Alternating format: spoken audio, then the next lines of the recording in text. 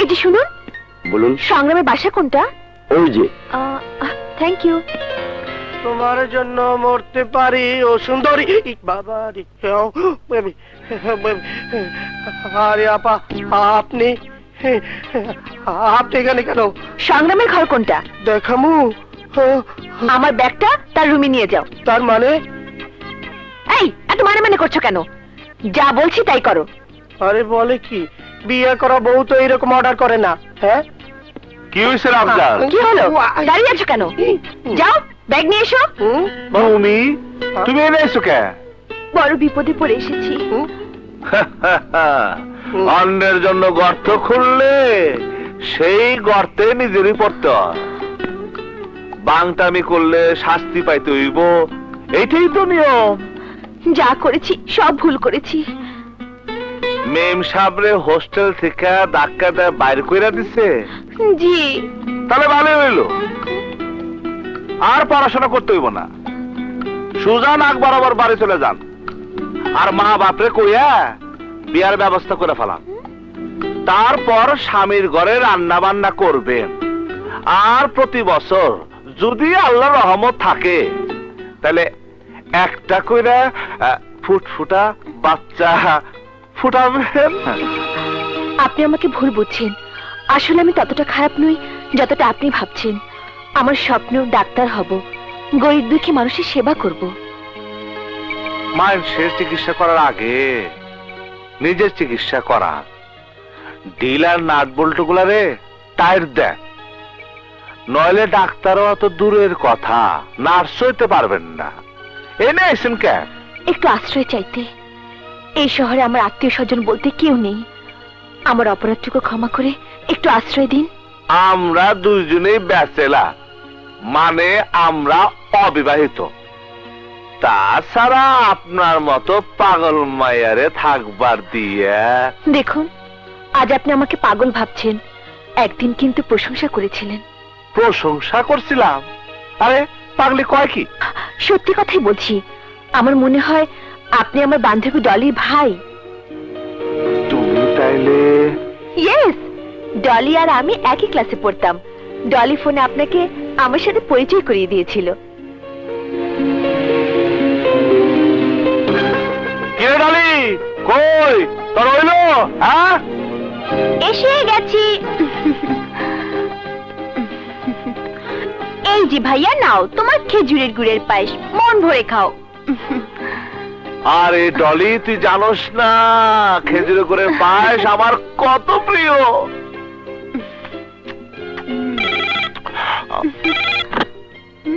Hello Dolly, তোর phone. Hello, আমি মুক্তি। ফোনটা রিসিভ করলো কে রে ডলি? আমার ভাইয়া। নে ভাইয়ের সাথে একটু কথা বল। ভাইয়া, কথা বলো। কে? আমার বান্ধবী মুক্তি, খুবই সুইট, কথা বলো। হ্যালো। ডলির মুখে শুনেছি মেয়েদের কণ্ঠস্বর শুনলে আপনি নাকি ভয় পান। আমার কথা শুনে কি মনে হয় আমি ভয় পাই? না না, তা কেন? আপনার কণ্ঠস্বর আমাকে চুম্বকের মতো কাছে টানে। বেশ তো, চুম্বুকের ছোঁয়া যখন পাইছেন তখন আসেন না একদিন। বলতে হবে না। চুম্বকের টানে কখন যে চলে আসবো নিজেই জানি না। আজ তাহলে থাক, বাকি কথা দেখা হওয়ার পরে কমো। হ্যালো মুক্তি, তোর ভাই ভেরি স্মার্ট। দেখতে হবে না ভাইটা কার। আপনি মানে তুমি সেই মুক্তি? কিন্তু তুমি এত দুষ্ট হলে কেমনে? এই কান ধরলাম, ক্ষমা চাচ্ছি। আর দুষ্টুমি নয়, এবার আশ্রয়টুকু দিয়ে আমাকে টেনশন মুক্ত করুন। 1 মাস থাকতে পারবা, তার বেশি কিন্তু না। 1 মাস হলে চলবে, 30 দিন 30 রাত্রি, অনেক সময়। এর মধ্যে বন্ধ দরজা খুলে ফেলবো, খুব একটা কষ্ট হবে না। কি?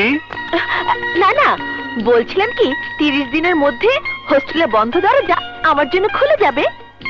আচ্ছা, আপনার বাড়ির ফোন কি খারাপ? অনেকবার ফোন করেছি কিন্তু লাইন পাইনি। জলি কেমন আছে?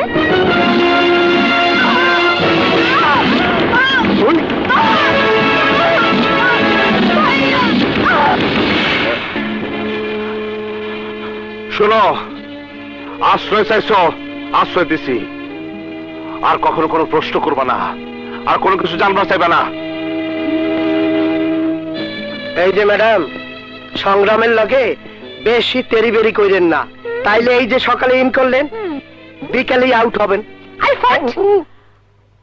আমি এখানে পার্মানেন্টলি ইন করলাম।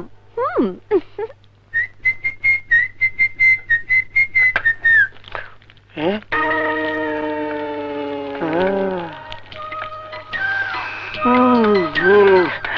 কি রান্না হচ্ছে ম্যাডাম? পায়েস। কার জন্য? নিশ্চয়ই আমি খাবো। সংগ্রামকে খাওয়াবো। হ্যাঁ? সংগ্রাম কখনো পায়েস খাবে না। খাবে। আমি রান্না করেছি। অসম্ভব, আমি বহুবার চেষ্টা করেও ওকে পায়েস খাওয়াতে পারিনি। তুমি পারবে না। পারবো। পারবে না, বাজি।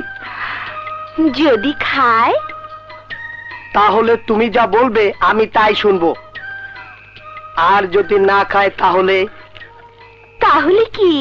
তাহলে আমি তোমাকে কিন্তু যদি খায় তাহলে? তাহলে কি? আমার 10 দিনের ময়লা কাপড় চোপড় সব তুমি ধুয়ে দেবে। মাত্র 10 দিনে?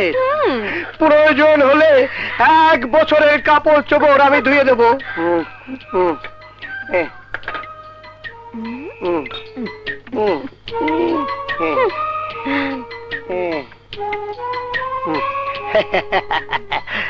সংগ্রাম জীবনেও পায়েস খাবে না, আর আমিও তোমাকে ছাড়বো না।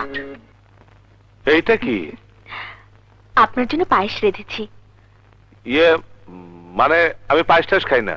ও সুন্দরী, এইবার তোমায় আমি চুমা দিতে পারি।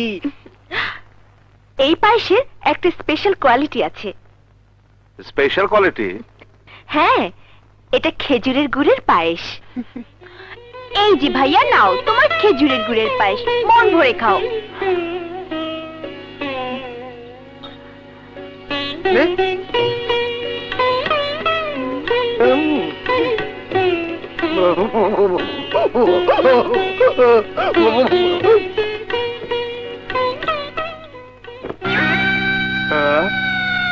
সবগুলাই কি তোমার একার কাপড়, না পুরা মহিলা হোস্টেলের কাপড় তুলে নিয়ে আসছো এখানে?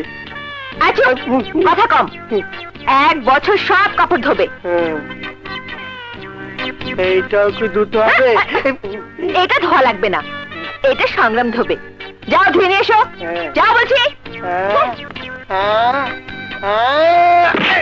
ওই সংগ্রাম, সংগ্রাম, ওই রে, ওই সংগ্রাম। এত চেঁচাচ্ছেন কেন? সংগ্রাম বাসায় নেই। বাইক নাই? আমার কথা হই না পলাইছে? সংগ্রাম একজন সাহসী পুরুষ, সে কাউকে ভয় পায় না। ওরে বাবা, তুই সংগ্রাম